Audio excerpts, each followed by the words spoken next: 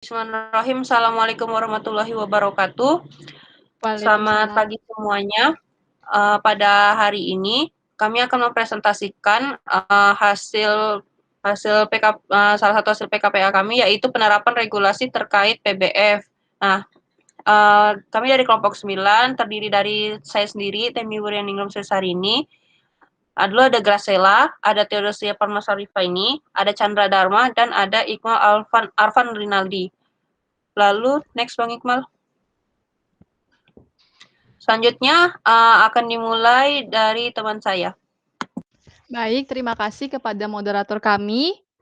Nah, di sini kita tahu obat atau bahan obat harus memenuhi 3 syarat, yaitu aman, bermutu, dan berkhasiat. Nah, mulai dari industri farmasi, di mana kegiatan produksi itu berpedoman pada CPOB. Nah, sedangkan kalau di fasilitas pelayanan kesehatan, itu memiliki standar yang disebut dengan standar pelayanan kefarmasian. Nah, untuk distribusi obat-obatan seperti di PBF, itu harus berpedoman pada CDOB. Nah, di sini pedagang besar farmasi, terutama PT API dan PT BMP, itu menjamin ketersediaan dan keterjangkauan obat-obatan dan alat kesehatan hingga ke pelosok Kalimantan Barat. Nah, dalam rantai distribusinya ini, kedua PBF ini senantiasa mematuhi CDOB dan berbagai peraturan perundang-undangan terkait PBF yang berlaku di Indonesia. Nah, bagaimanakah aplikasi terkait peraturan perundang-undangan ini di kedua PBF? Nah, maka hal ini akan kami kaji satu persatu di dalam presentasi ini. Baik, next. Yang pertama adalah PMK nomor 34 tahun 2014 tentang PBF. Nah, di undang-undang ini disebutkan bahwa dalam operasionalnya PBF harus memiliki izin dari Kemenkes, yaitu berupa sertifikat CDOB juga dari BPOM.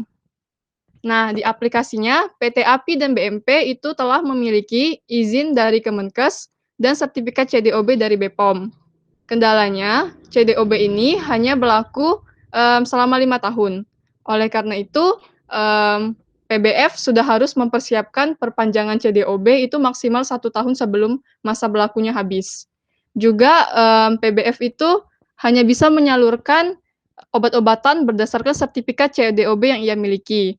Nah, dalam hal ini PT API hanya memiliki sertifikat CDOB obat reguler, sedangkan PT BMP itu memiliki 2 sertifikat CDOB, yaitu untuk vaksin dan juga obat reguler. Kemudian PBF itu hanya dapat menyalurkan dan mengadakan obat dari industri farmasi atau sesama PBF. Nah, ini telah diterapkan di mana PT API dan PT BMP itu hanya mengadakan obat dari industri farmasi dan PBF yang telah memenuhi kualifikasi. Next.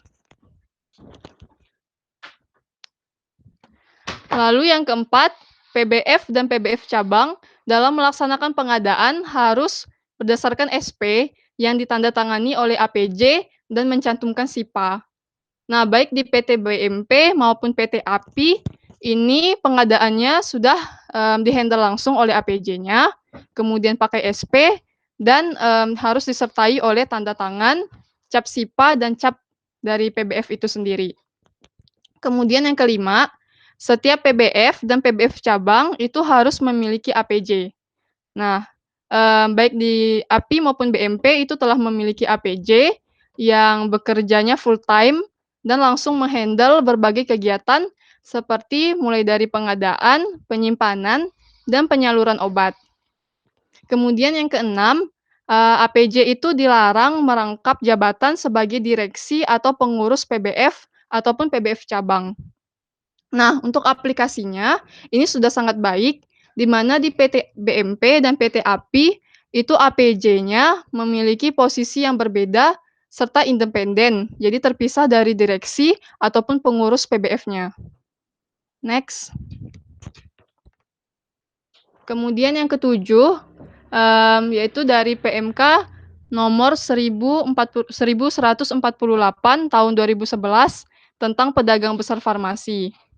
Nah, di sini disebutkan PBF itu hanya dapat mengadakan, menyimpan, dan menyalurkan obat yang telah memenuhi syarat mutu dari Kemenkes. Nah, di sini sudah sangat baik, di mana PT API dan PT BMP itu hanya menyalurkan produk original dan memiliki izin dari BPOM. Untuk kendalanya, biasanya itu baik di PT BMP dan PT API mengeluhkan terkadang ada obat dengan nomor BPOM baru, kemudian kemasan dan formulanya juga sudah baru. Nah, solusinya biasanya di PT API itu dilaksanakan untuk obat baru seperti scan barcode di aplikasi BPOM atau cek nomor registrasi di website BPOM. Nah, sedangkan kalau di PT BMP itu pengecekan masih dilakukan secara manual. Lalu yang kedelapan, masih dari PMK yang sama, disebutkan bahwa dokumen yang dimaksud itu sebaiknya dilakukan secara elektronik. Nah, kalau di PT API, itu semuanya dokumen sudah dalam bentuk elektronik. Sedangkan kalau di BMP, itu masih kombinasi antara dokumen elektronik dan fisik.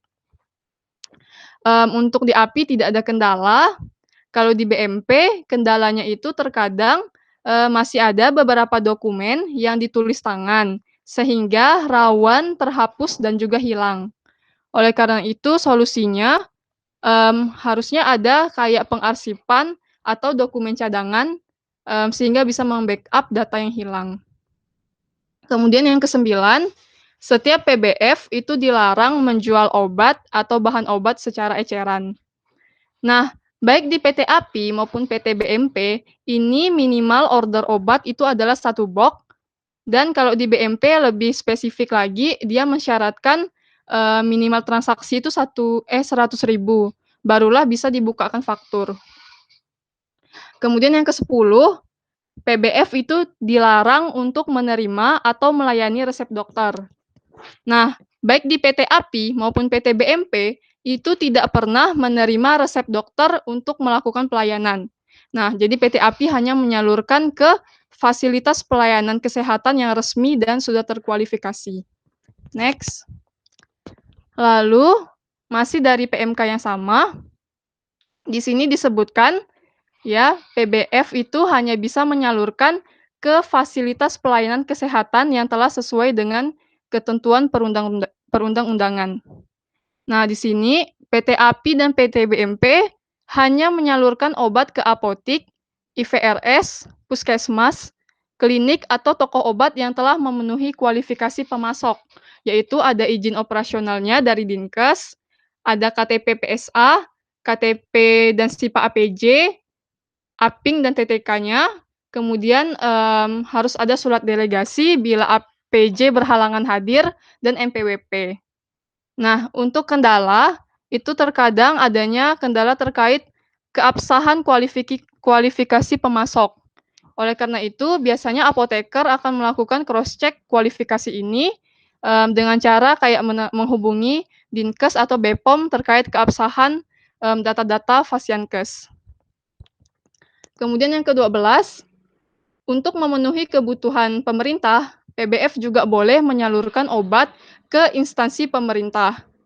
Nah, contoh aplikasinya ini di PT API saat musim COVID kemarin, mereka ikut memasok obat dan alkes ke rumah sakit pemerintah. Untuk kendalanya, terkadang itu permintaan dari pemerintah itu membludak, sehingga solusinya bisa dengan membatasi jumlah permintaan untuk tiap instansi pemerintah. Kemudian kalau di PT BMP, mereka juga menyalurkan obat ke rumah sakit umum daerah dan puskesmas. Kendalanya itu biasanya di puskesmas tidak ada APJ, apalagi di daerah terpencil. Sehingga biasanya apoteker di PBF akan meminta surat keterangan dari Dinkes dan melakukan rekualifikasi tiap 3 bulan. Nah, apabila dari pihak puskesmas itu mau mengambil sendiri, maka dia harus mencantumkan kayak nomor rekening puskesmas, sehingga transfernya itu melalui bank sebagai bukti untuk diserahkan ke BPOM. Juga harus membawa cap asli dan SP asli ketika ke PBF. Kemudian yang ke-13, selain menyelenggarakan pengadaan, penyimpanan, dan penyaluran obat, PBF juga berfungsi sebagai tempat pendidikan dan pelatihan. Nah, di sini aplikasinya sudah sangat baik, di mana PT API dan BMP itu senantiasa terbuka dan memfasilitasi PKPA mahasiswa apoteker. Tapi kendalanya terkadang masih ada beberapa aktivitas di PBF yang tidak terhandle oleh apoteker, sehingga solusinya diharapkan apoteker bisa lebih proaktif dan mempromosikan apa saja peran apoteker di PBF. Next. Baik, yang ke-14. Jadi, dalam PMK ini juga disebutkan bahwa PBF itu wajib melaporkan kegiatan distribusinya kepada Direktur Jenderal, BPOM, dan juga Dinas Kesehatan Provinsi. Nah, untuk aplikasinya, ini sudah dilaksanakan baik di PT API maupun PT BMP, di mana pelaporan di sini dilakukan oleh APJ secara elektronik melalui aplikasi EPBF kepada Direktur Jenderal setiap 3 bulan sekali, kemudian nanti tembusan disampaikan kepada BPOM dan juga Dinkes Provinsi. Untuk kendalanya di API itu tidak ada, sedangkan di BMP itu karena masih ada pencatatan secara manual, biasanya itu ada yang tertukar SP-nya antar bulannya juga. Oleh karena itu solusinya harusnya itu dilakukan penomoran SP sesuai dengan nomor urut tanggalnya dan juga nomor urut SP-nya.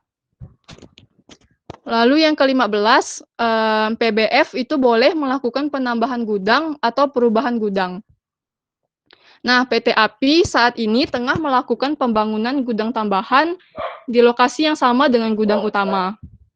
Kendalanya ini harus tetap melakukan pelaporan ulang kepada Dinkes dan BPOM dengan administrasi yang cukup lama. Solusinya adalah segera melakukan pelaporan ke Dinkes dan BPOM saat bangunan sudah jadi dan siap digunakan. Untuk PT BMP ini tidak ada kendalanya. Lalu yang ke-16, setiap penambahan dan perubahan gudang, seperti yang disebutkan pada poin 15, itu juga harus memperoleh persetujuan dari Direktur Jenderal.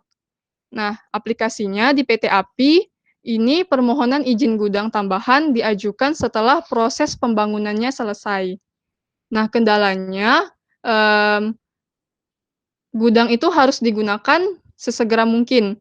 Nah, oleh karena itu, terkadang dari PBF itu tetap menggunakan gudang baru tersebut, meskipun belum mendapat rekomendasi dari Dirjen. Jadi sambil berjalan gitu. Nah, oleh karena itu terkadang kondisi gudang senantiasa disesuaikan dengan CDOB. Kalau di PT BMP itu tidak ada kendala, karena memang saat ini belum ada penambahan gudang. Next. Baik, selanjutnya teman saya akan melanjutkan presentasi ini. Baik, selanjutnya menurut PMK nomor 34 tahun 2014 tentang PBF, yaitu salah satunya adalah PBF dan PBF cabang hanya melaksanakan penyaluran obat berdasarkan SP yang di-TTD oleh APA, APJ, atau TTK untuk toko obat dengan mencantumkan SIPA, SIKA, dan atau STR TTK. Nah, untuk di API sendiri itu, dan di API dan BMP, hanya melayani SP yang ditandatangani oleh APJ dengan SIPA dan atau TTK yang dikuasai dengan STR TTK. Nah, untuk kendalanya sendiri, SP masih dibuat oleh pemesan yang merupakan TTK tetapi tidak memiliki cap STR sehingga keabsahannya masih diragukan. Nah, lalu ada juga kendalanya yaitu toko-toko obat memesan obat keras, padahal tidak boleh seharusnya. Nah, untuk solusinya itu solusi dari kedua masalah itu adalah untuk menolak SP tersebut. Next, Bang. Nah, selanjutnya adalah untuk penerapan CDOB. Nah, aspek yang pertama itu adalah aspek organisasi dan personalia. Nah, struktur organisasi minimal yang wajib dimiliki oleh suatu fasilitas distribusi adalah pimpinan, penanggung jawab bagian logistik, administrasi keuangan, dan personalia. Nah, untuk di API sendiri itu struktur organisasinya meliputi APJ, manajer, admin, fakturis, kepala gudang, dan TTK. Sedangkan jika di PT BMP, struktur organisasinya meliputi direktur operasional, kepala finance, pimpinan farmasi, pimpinan konsumer, apoteker penanggung jawab, salesman, farmasi, admin sales farmasi atau fakturis, admin consumer, lalu telemarketing kantor, staf akunting, kasir, bagian logistik, kepala gudang, staf gudang, farmasi dan alkes, dan ekspeditor. Nah, dan kedua PBF ini belum memiliki kendalanya. Lalu, tugas dan tanggung jawab harus didefinisikan secara jelas dan dipahami oleh personil yang bersangkutan serta dijabarkan dalam uraian tugas. Nah, untuk PT API dan PT BMP sudah mencantumkan SOP tiap personalia, tetapi kendalanya itu tidak semua personalia memahami SOP yang bersangkutan, bahkan SOP personil lainnya, sehingga rawan terjadinya ikut campuran pekerjaan lain. Nah, sehingga solusinya itu adalah perlu diberitahukan SOP tiap personil agar tidak melenceng dari pekerjaan masing-masing personil. Next, Bang.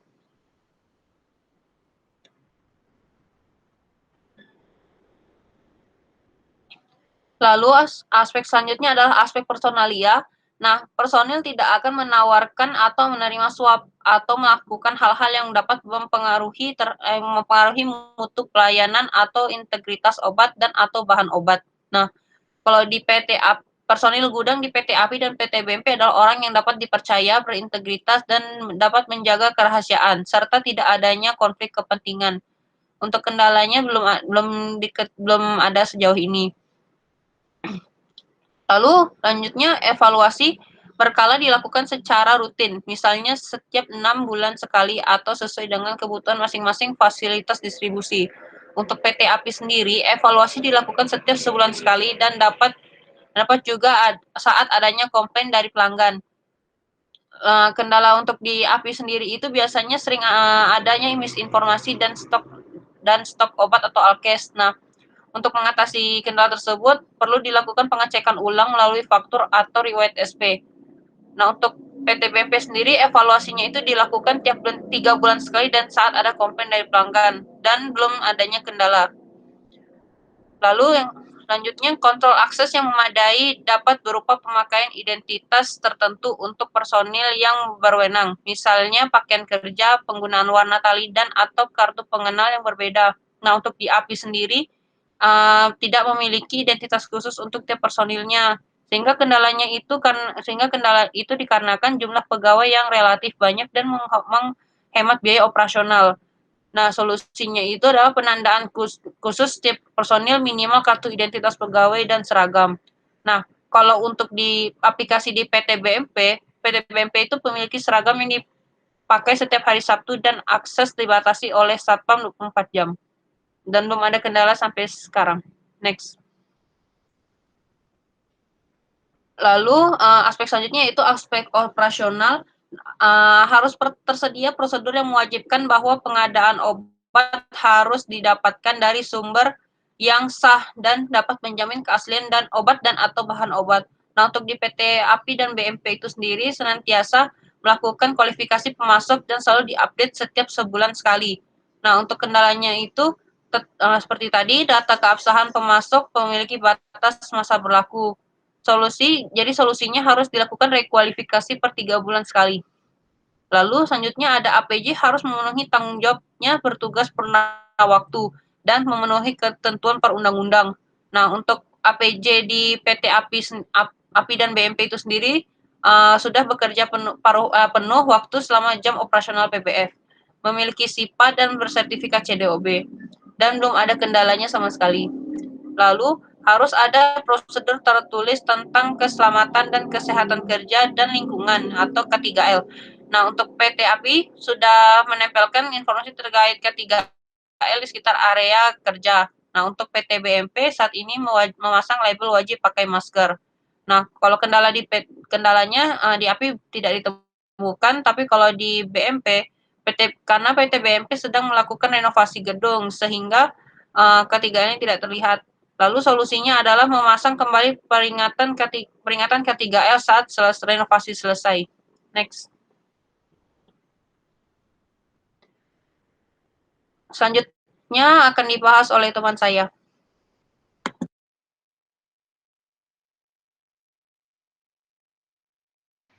Baik, saya akan melanjutkan slide berikutnya, yaitu tentang aspek kebersihan dan higienis. di mana menurut Per BPOM nomor 6 tahun 2020 tentang pedoman teknis CDOB yang berisi tentang adanya upaya kesehatan dengan cara memelihara dan melindungi kebersihan individu subjeknya. Di sini untuk PT API sendiri adanya cleaning service yang standby memperhatikan kebersihan kantor dan gudang, toilet bersih, wastafel di tempat yang strategis, kebersihan individu, makanan dan minuman yang dikonsumsi pribadi. Untuk kendalanya sendiri, gedung yang masih bersudut dan ada beberapa titik yang sulit untuk dibersihkan, seperti yang tertutup oleh box-box obat. Untuk solusinya sendiri, memberikan alas yang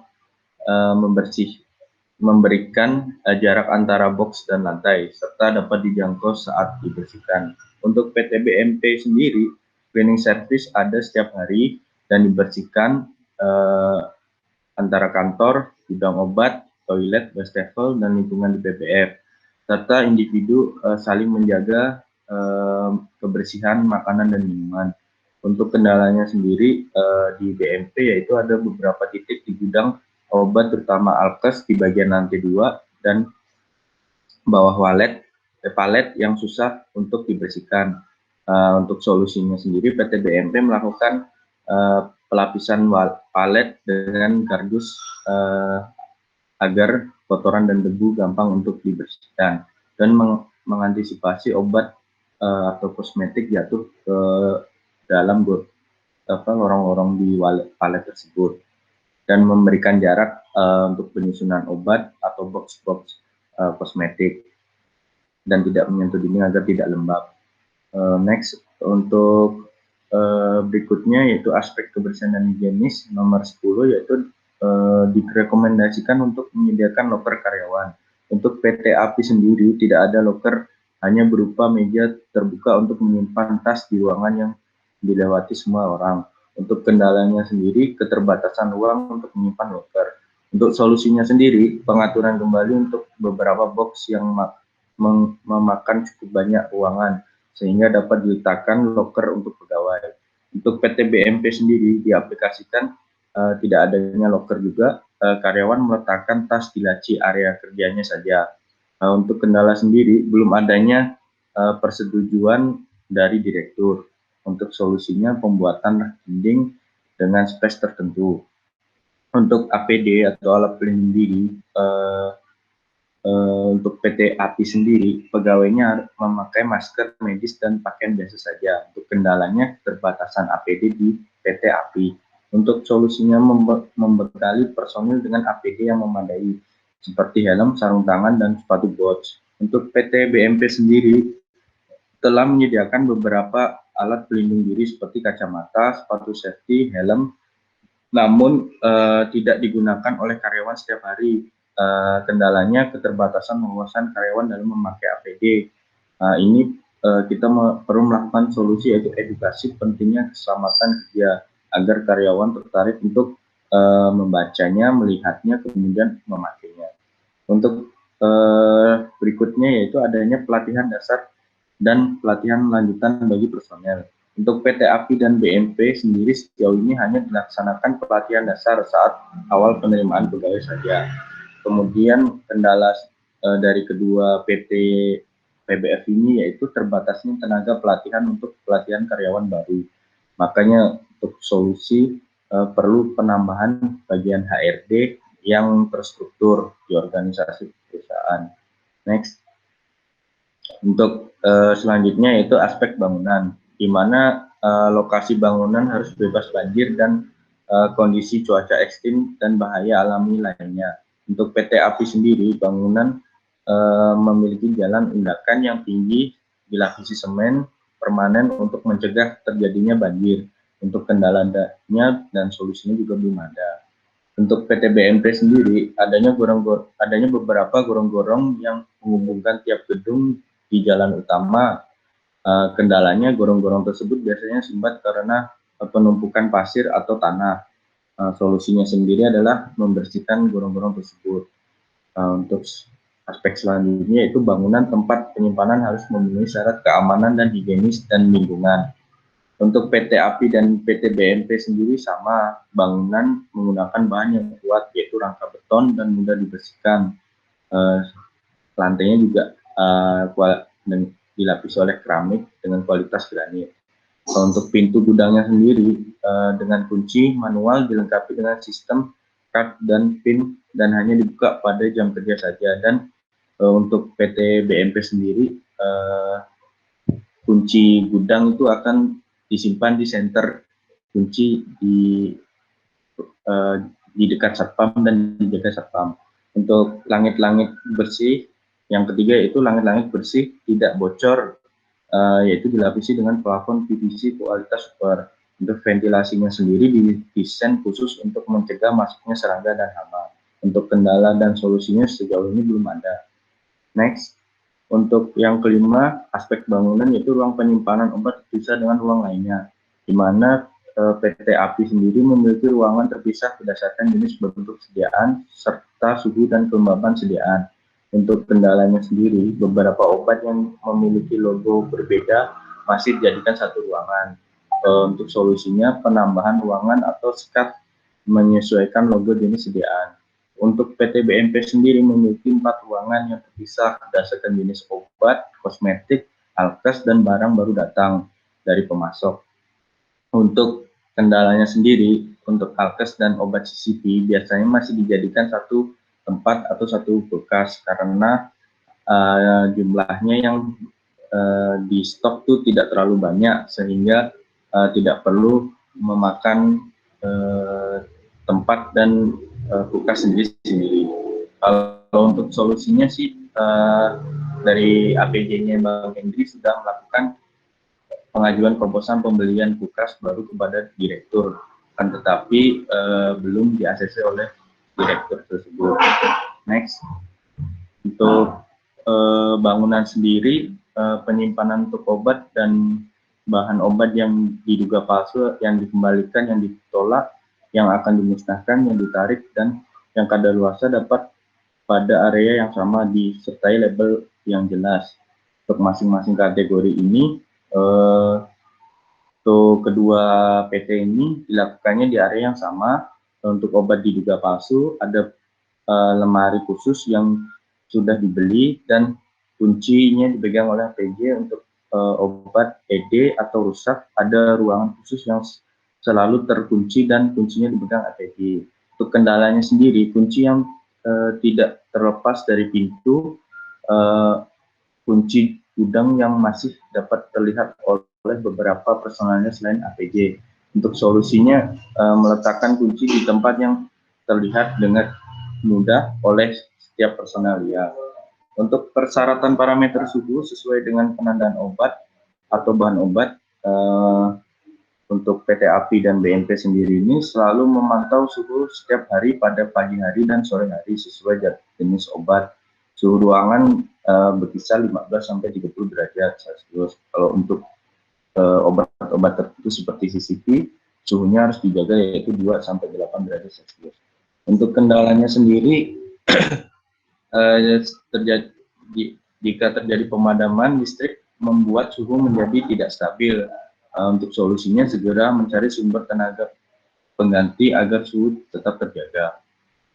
Untuk yang poin 18 yaitu mempunyai area dan akses yang terpisah untuk masing-masing area penerima dan pengiriman yang dilengkapi dengan label yang jelas. Untuk PT API memiliki satu area penerimaan lantai 1 dan satu area pengiriman lantai 2. Kalau untuk kendala dan solusinya belum ada.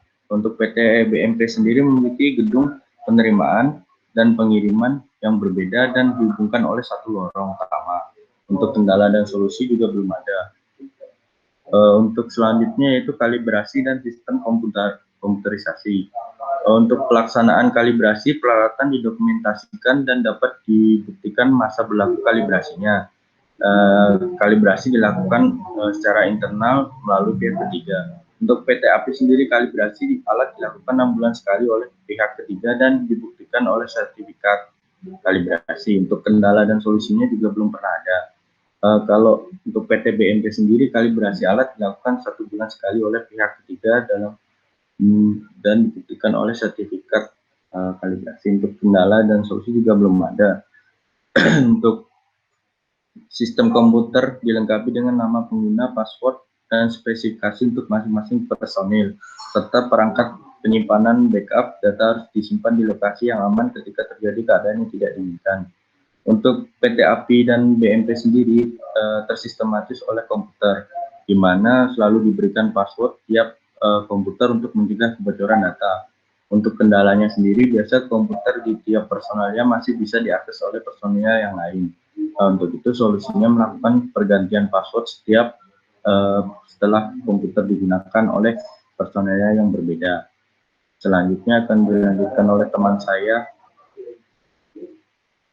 Chandra.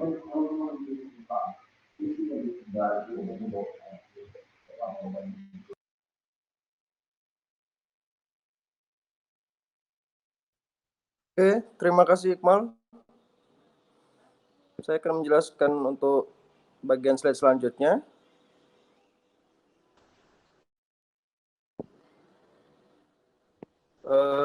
Di sini ada bagian bangunan, Mal, ya, di mana untuk penyimpanan obat dan bahan obat yang diduga palsu. Ini menurut BPOM nomor 6 tahun 2020 tentang pedoman teknis CDOB. Yang diaplikasikan di sini dilakukan di area yang sama. Untuk obat diduga palsu, ada lemari khusus yang sudah dibeli dan dikuncinya dipegang APJ. Untuk obat ED, obat rusak, obat yang lemari yang ruangan khusus selalu terkunci dan dipegang oleh apoteker penanggung jawabnya. Selanjutnya persyaratan parameter suhu. Di sini Perbepom nomor 6 tahun 2020 tentang pedoman teknis CDOB, di mana di PT API dan Buana sendiri selalu memantau suhu setiap hari pada pagi hari dan sore hari sesuai jenis obat. Jadi di monitoring terus dari suhu 15 sampai 30 derajat Celcius, suhu di bawah suhu ruang, bahkan ada yang 2 sampai 8 derajat Celcius itu dipantau pagi dan sore hari. Jadi sehari 2 kali untuk monitornya. Kendalanya sendiri itu jika ada pemadaman, suhunya tidak jadi stabil. Secara kalau yang di Buana sendiri itu cari alternatif lain kan dari dua PBF itu sendiri. Kalau dari Buana ada case sendiri di mana termometer digitalnya itu termometer pakai tenaga baterai. Untuk termometernya sendiri sih. Tapi kalau untuk pendinginnya tetap mereka melakukan cari alternatif tenaga listrik lainnya. Untuk area dan akses yang terpisah masing-masing area penyimpanan dan pengiriman. Di sini dari API memiliki satu area penerimaan lantai 1 dan area pengiriman lantai 2. Jadi terpisahnya itu di bagian tingkat. Nah, kalau untuk yang di Buana sendiri ada gedung sendiri di area penerimaan itu bagian depan dekat area parkir, dan untuk pengirimannya itu yang bagian pengiriman itu agak dalam. Jadi pengiriman dan penerimaan itu 2 gedung yang terpisah, agak jauh jaraknya. Dari yang gedung terpisah tadi di Buana itu lebih walaupun jauh memakan tenaga dan waktu. Keuntungannya di sini barang yang penerimaan dan barang yang akan dikirim itu lebih jelas dan terjadi tertukaran itu lebih minimal. Oke, boleh dilanjutkan Mal, slide-nya Mal.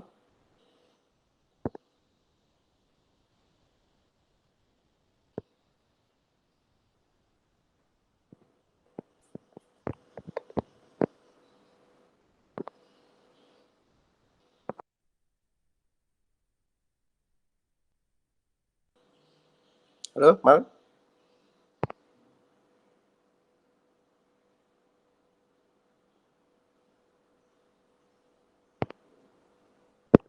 Berubah enggak slide-nya? Tes. Operasional. Di aku operasional. 25, 26, 27 operasional. Kode aku enggak ya?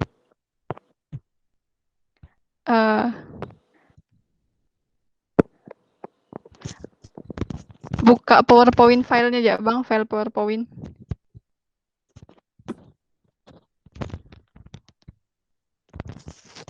Kelewatan atau pas?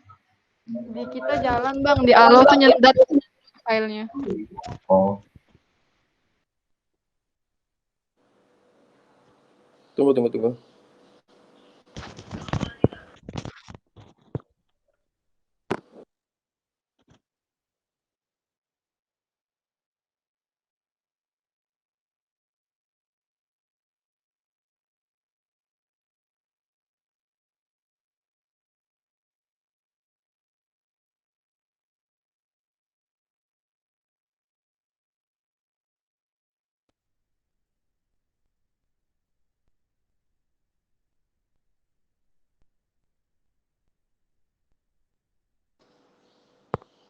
Oke, selanjutnya di sini ada di operasional, di mana peraturan dan perundang-undangannya itu menurut Perbepom nomor 6 tentang pedoman teknis CDOB, di mana proses penerimaan dilakukan untuk memastikan bahwa kiriman obat, bahan obat diterima benar. Nah, di sini kalau menurut di Buana sendiri, penerimaan dilakukan oleh apoteker dengan memeriksa seperti yang dilakukan di atas langsung checklist faktur. Jadi hampir sama antara Buana sama APJ di API, di mana penerimaan dilakukan oleh APJ atau AA. Ada bagian checklistnya sendiri. Bahan obat di sini meliputi nama pemasok yang disetujui, nama barang, nomor izin edar, nomor batch, tanggal kadaluarsa, jumlah fisik, keutuhan fisik. Maksudnya itu bentuk kemasannya harus utuh ya, nggak ada rusak. Dan keutuhan kontainernya.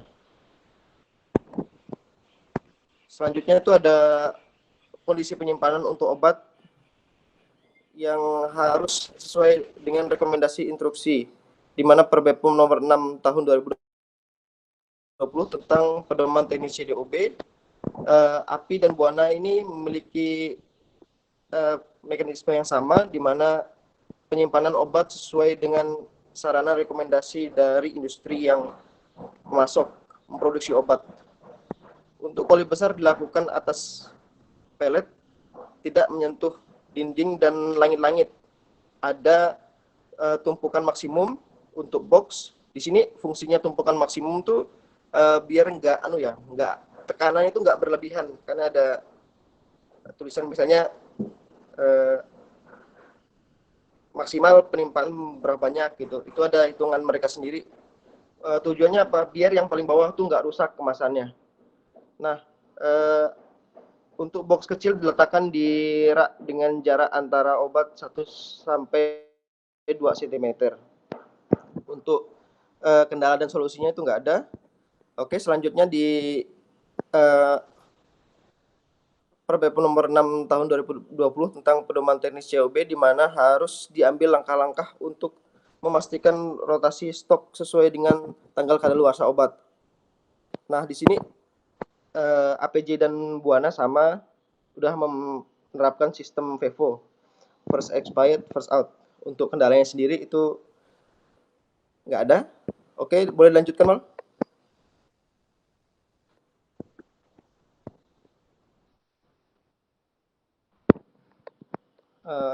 Selanjutnya masih di operasional. Untuk menjaga akurasi persediaan stok harus dilakukan stok opnam secara berkala berdasarkan pendapatan risiko. Di sini yang dari API sendiri, SO-nya itu dilakukan tiap hari, di mana satu karyawan itu melakukan untuk 20 item. Jadi dicicil, sistem cicil per harinya. Nah, untuk seluruh item 6 bulan sekali. Jadi di API sendiri punya dua sistem stok opnam. Yang pertama itu per harinya, yang kedua itu per 6 bulan sekali. Jadi setahun tuh 2 kali SO total, SO besar. Sedangkan yang per harinya itu model nyicil. Sehari 20 item per karyawan. Jadi jumlah karyawan di API sendiri akan dikalkulasikan dengan stok per harinya. Nah, kalau untuk di Buana sendiri dilakukan 1 tahun. Ini kalau di Buana langsung stok opnam total yang besar langsung 1 tahun sekali. Untuk yang kendalanya sendiri di API itu terjadinya miss saat pemeriksaan barang. Ini sering terjadi ya, bahkan di outlet pun biasa terjadi di apotek-apotek kecil. Nah, di mana kadang kalau temen udah nyetok, kita nyetok lagi gitu, itu biasa terjadi. Itu salah satu contoh miss aja sih. Terus yang kendala di Buana sendiri terbatasnya jumlah tenaga kefarmasian. Nah, untuk di gudang sendiri, bahkan di Buana itu bukan tenaga farmasi yang ditunjuk untuk bagian gudang gitu.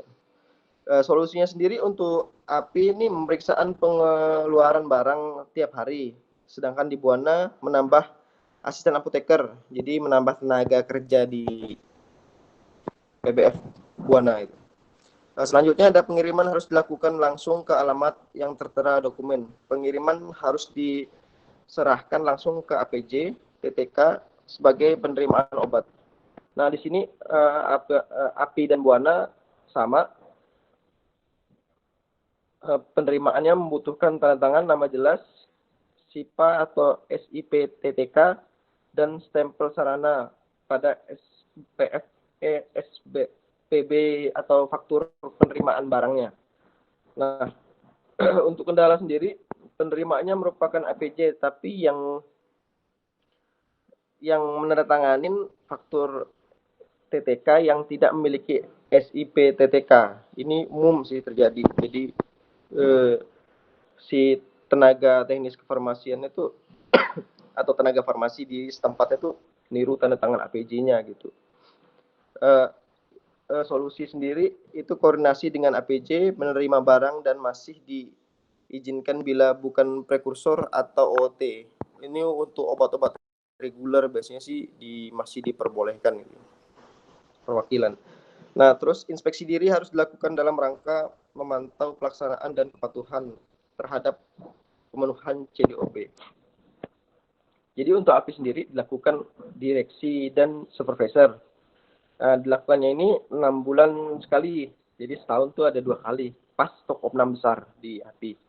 Nah, sedangkan di Buana sendiri itu dilakukan oleh direkturnya langsung, manajer, admin, kepala gudang, APJ, dan melibatkan apoteker. Dilakukan 1 tahun sekali. Nah, ini pun pas stok opnam besar. Di Buana sendiri stok opnam besarnya itu dilakukan selama 4 hari ya. 4 hari. 1 hari setengah untuk ngecek barang, ditulis fisiknya. Yang keduanya itu yang 1,5 hari selanjutnya itu ngecek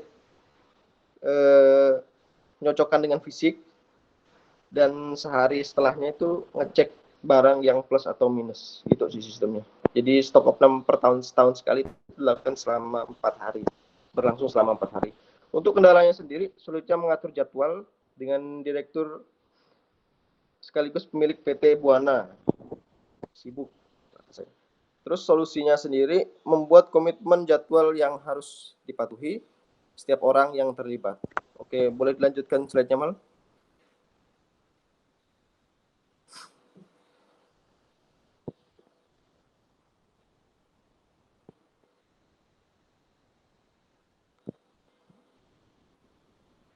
Oke, lanjut di penanganan keluhan.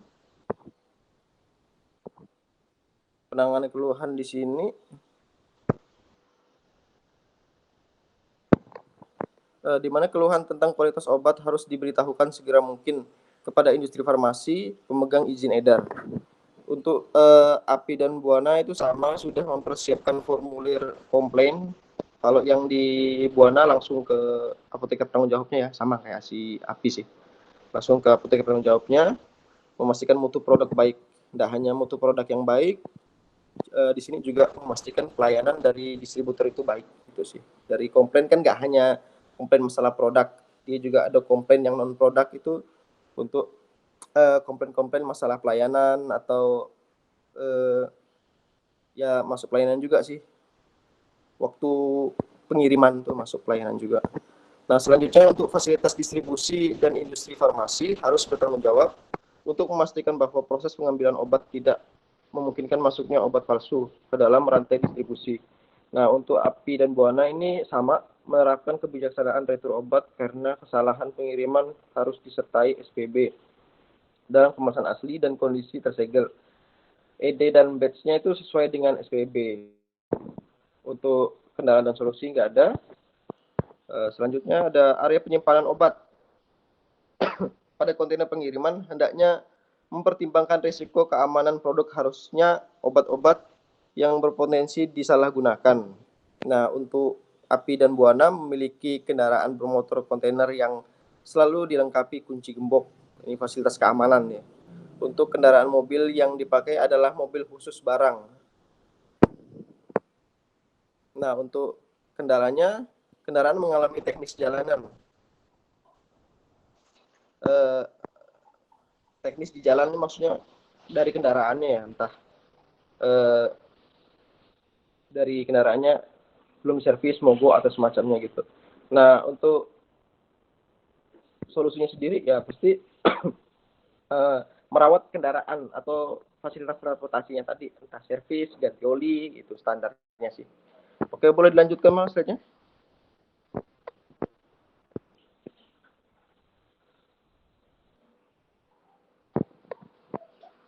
Baik, lanjut ke transportasi, di mana kondisi penyimpanan yang dipersyaratkan untuk bahan obat harus dipertahankan selama transportasi sesuai dengan yang ditetapkan pada informasi kemasan.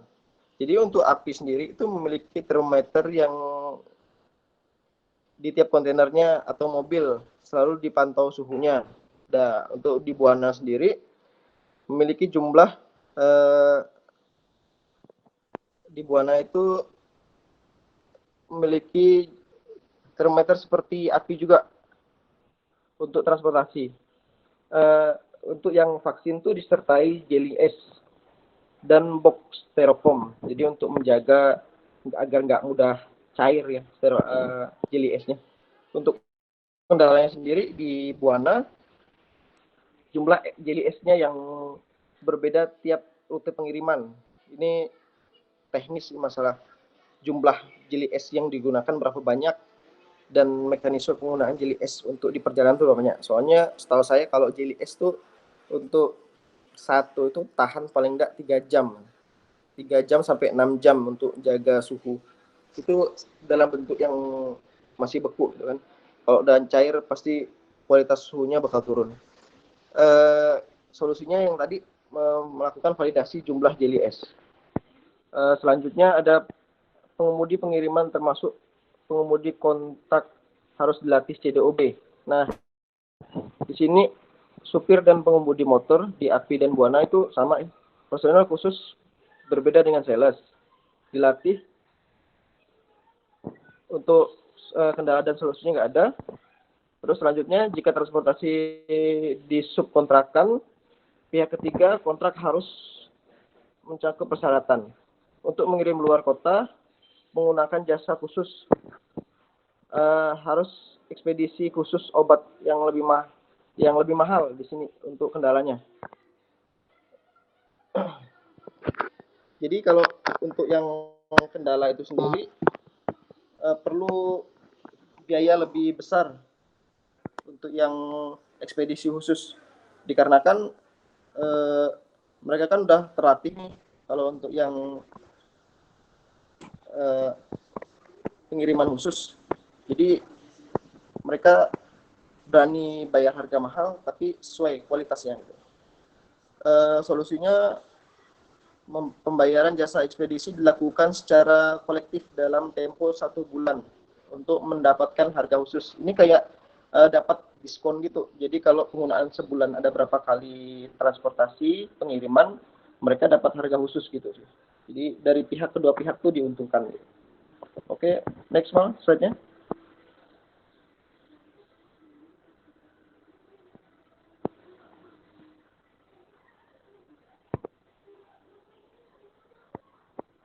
Oke, selanjutnya akan dijelaskan oleh teman saya. Sari.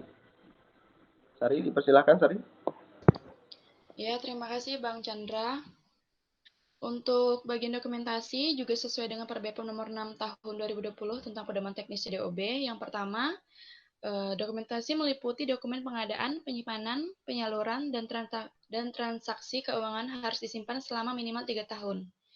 Untuk PT API, seluruh dokumen, terutama dokumen kefarmasian, SP, dan faktur itu disimpan selama 5 tahun. Kendalanya, SP biasanya rawan hilang karena terlalu banyak. Untuk solusinya, PT API mengelompokkan SP berdasarkan bulan, tanggal, nomor, dan jenis SP.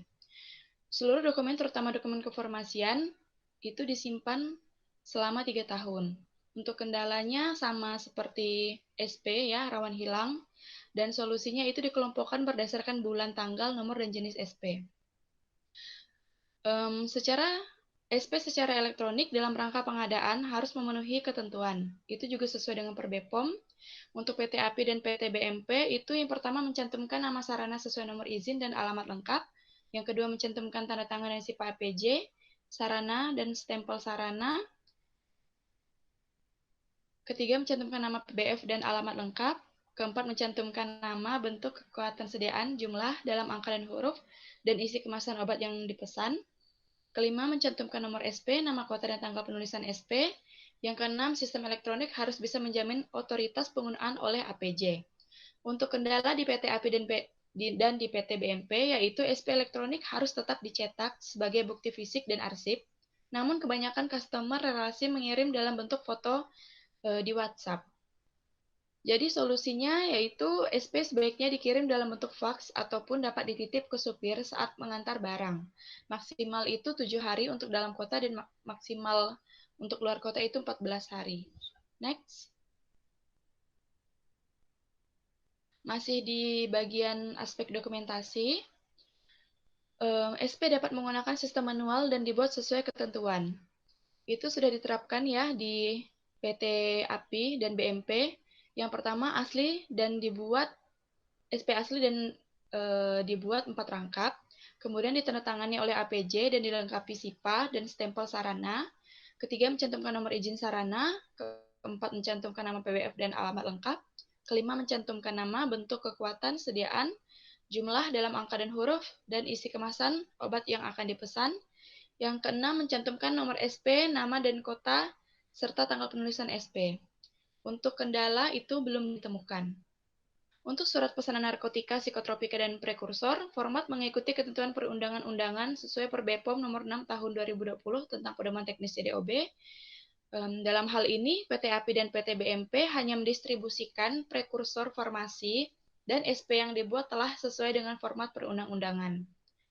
Untuk kendala di PT API dan BMP tidak melakukan pemesanan narkotika dan psikotropika karena menyesuaikan dengan CDOB PBF yang ada di PT API. Untuk solusinya, jika ada pemesanan yang memesan narkotika dan psikotropika, dilakukan penolakan dan hanya melayani SP reguler saja. Next. Masih di bagian dokumentasi.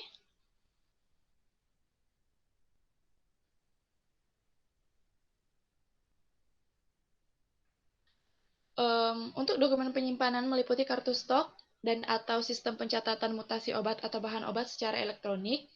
Untuk pengaplikasiannya di PT API dibuat secara elektronik yang mencakup nama, bentuk sediaan, kekuatan obat, jumlah stok, nomor faktur, jumlah masuk, nomor SP, jumlah keluar, batch, dan ED, serta kode petugas yang ditunjuk. Untuk kendala di PT API sering terjadi miss antara stok fisik dengan data di sistem, dan solusinya yaitu melakukan SO tiap hari sekali per orang 20 item. Untuk di BMP, kartu stok dikombinasi antara manual dan elektronik dengan komponen seperti kartu stok PT API. Namun kendalanya terkadang ada kendala pada sistem kartu stok elektronik seperti komputernya error. Maka solusinya yaitu di backup dengan kartu stok manual. Untuk dokumen penyaluran terdiri dari SP dan pelanggan dan faktur atau SPB. Pengarsipan faktur atau SPB harus disatukan dengan SP dan diurutkan untuk memudahkan penelusuran. Itu sudah diaplikasikan di PT API dan BMP. Untuk obat reguler, SP disatukan bersama faktur, dibundel per bulan, diurutkan berdasarkan nomor dan tanggal. Untuk obat OOT dan prekursor, itu disatukan SP dan fakturnya, dibundel terpisah, tidak diurutkan berdasarkan nomor dan tanggal karena jumlahnya hanya sedikit. Kendalanya di PT API dan BMP itu tidak semua faktur memiliki SP dari pemesanan. Maka solusinya yaitu mengelompokkan faktur yang tidak memiliki SP dan menghubungi pemesan terkait SP yang bersangkutan. Next. Masuk ke aspek pengelolaan narkotika, psikotropika, dan prekursor farmasi. Sesuai dengan Per BPOM, untuk tempat penyimpanan narkotika, psikotropika, dan prekursor farmasi harus aman, terkunci, dan sesuai dengan ketentuan perundang-undangan. Pengaplikasiannya di PT API dan BMP tidak menyimpan obat jenis narkotika dan psikotropika, tetapi menyimpan obat prekursor dan OT yang dilengkapi dengan kunci khusus. Untuk kendalanya belum ditemukan. Kemudian kunci tempat penyimpanan narkotika, psikotropika, atau prekursor farmasi dikuasai oleh APJ dan personil lain yang dikuasakan sesuai dengan uraian pekerjaannya. Untuk pengaplikasiannya, kunci penyimpanan obat prekursor dan OOT dipegang oleh APJ, baik di PT API dan PT BMP, dan disimpan di lemari kunci. Lemari kunci kendalanya masih dapat dilihat oleh banyak orang sehingga keamanannya kurang terjamin. Maka solusinya yaitu kunci diletakkan di lemari yang hanya bisa dilihat oleh APJ yang bersangkutan. Kemudian untuk akses personil ke tempat penyimpanan narkotika, psikotropika, atau prekursor farmasi, itu harus dibatasi. Untuk pengaplikasiannya, ruangan penyimpanan obat prekursor dan OOT di PT API dan BMP berada di tempat yang minim akses tiap personilnya. Untuk kendalanya belum ditemukan. Next.